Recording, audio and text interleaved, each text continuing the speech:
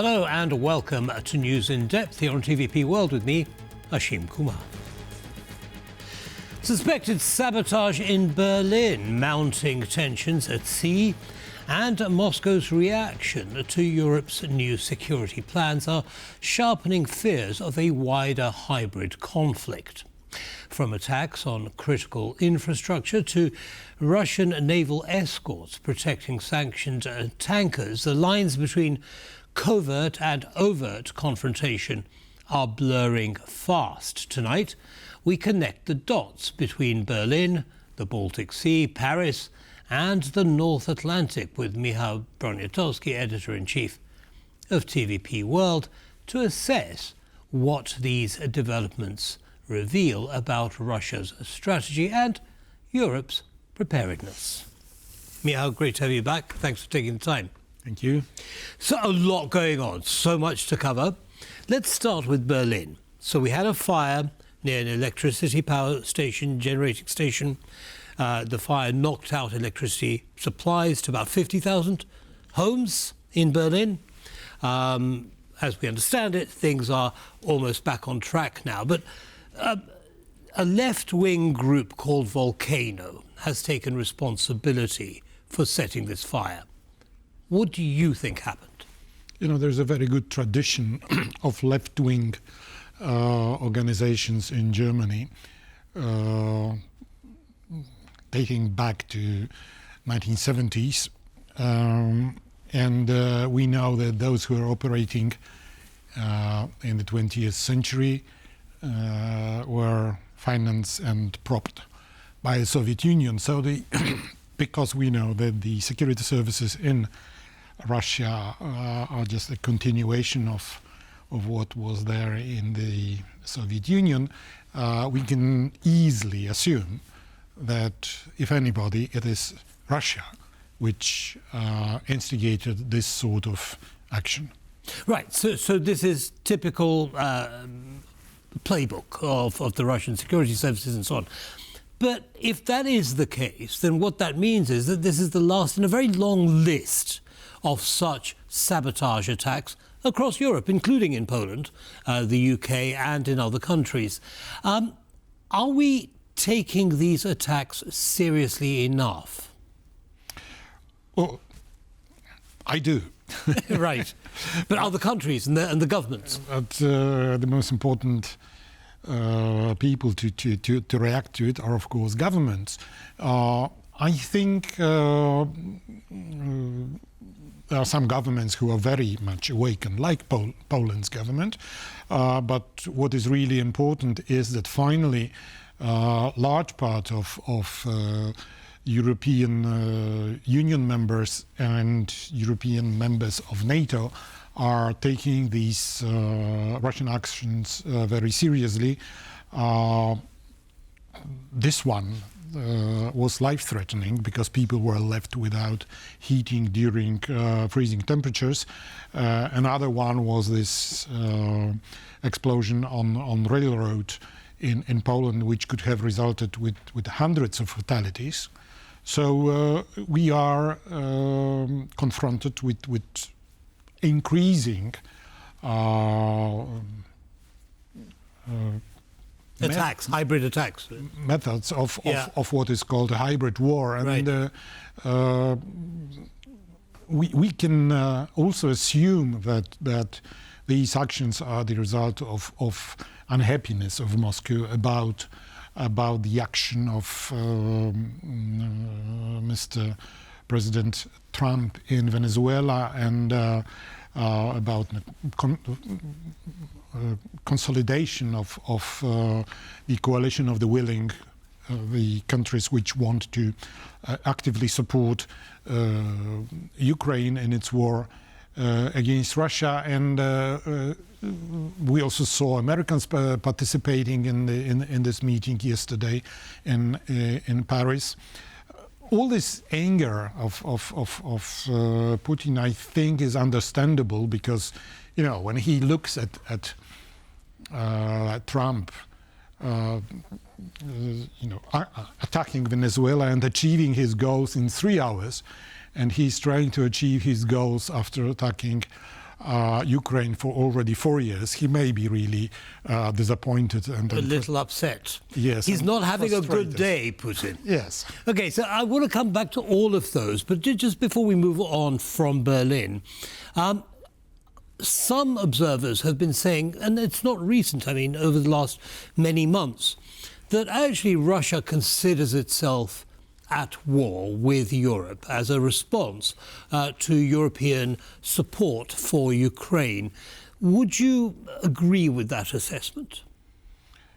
You know, it depends how do we describe the war, because, of course, Russia is on hybrid war with Europe. Judging from Russian strategic doctrine, security strategic doctrine, hybrid war is part of it. So we are at war with Russia, and we better prepare for escalation, for growing tensions. Yeah. And it seems that Europe is already alert. So I think this requires a perspective shift amongst governments in Europe. I'd like to move on now, Michał, to Baltic Sea security. Now, the Finnish government has confiscated or is holding a ship that is supposed to belong to the so-called Shadow Fleet. And they are saying that this ship actually cut undersea cables. Now, this is not new. The ships have been doing that for many months now, and governments around the Baltic seem to have been caught on the back foot. What's so different about this confiscation by the Finns? Well, it's detention, not confiscation. We don't know what will happen later on to this ship, but they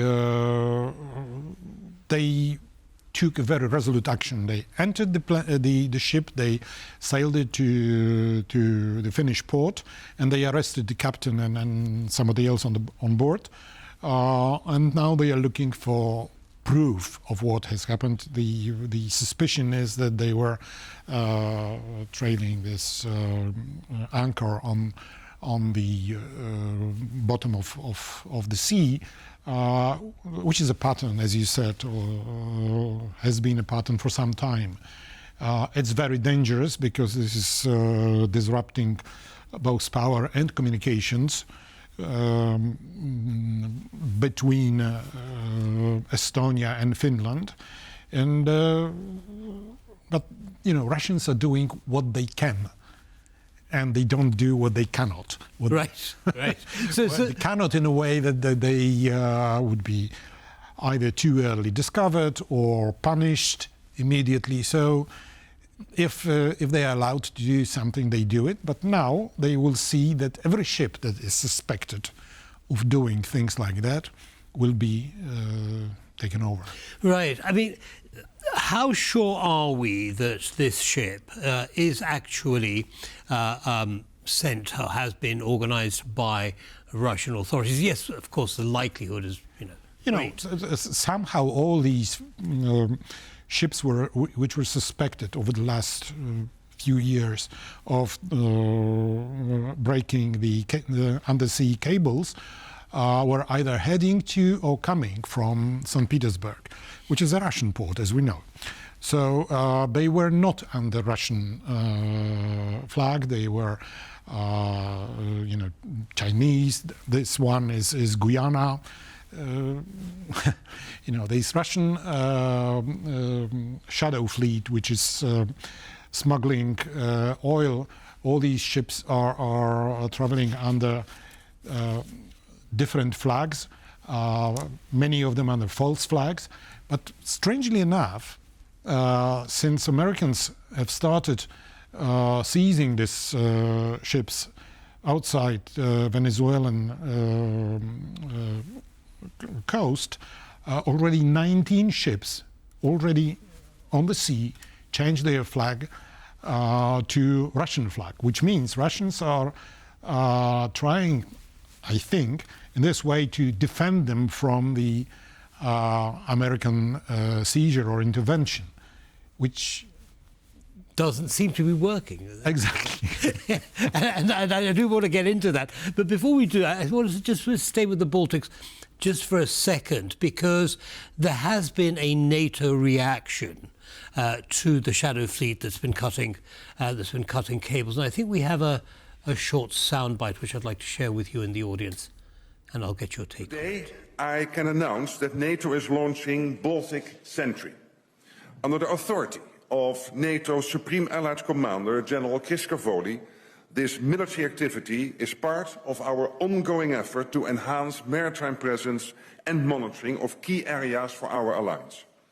It will involve a range of assets, including frigates and maritime patrol aircraft, among others, and will enhance our vigilance in the Baltic. Okay, so that was Mark Rutte, the head of NATO, talking about the Baltic Sentry programme to enhance security in the Baltic Sea, and he's talking about putting warships there. How protective, I mean, how much protection do they, I mean, you can't imagine, I suppose, you know, a NATO warship opening fire on an oil tanker. So is it going to really stop the problem? But you need a warship to approach such a ship and then to seize it. You know, unluckily for Russia, since last year, Baltic Sea became an inner NATO lake. If the more Russian illegal activities on this sea are unsafe for Russians, the better. Okay, now this brings us to this is a NATO exercise, so we're talking really about potentially a direct conflict between NATO forces and Russian forces. If the ships take on the Russian flag, as they've done today with ships in the Atlantic, there's a highly volatile situation, isn't it? No, I see no reason why, if Russia is using methods of hybrid war, why NATO shouldn't be using it. It's fair and legitimate, and also good for our security. So, no reason to complain. So we don't think that Putin is suddenly going to start firing, I don't know, tactical nukes or something, saying that they're at war with NATO. And I don't think his master, which is Mr. Xi Jinping, will let him do it. Master Xi Jinping. Okay, well, we shall see. Now, in terms of, we were talking about the fleet, the shadow fleet and so on. Let's move on now to Venezuela, because that actually, you know, we have some shadow fleet issues there. But also, Maduro was a good friend of Putin's, and there was a very powerful relationship between those two countries.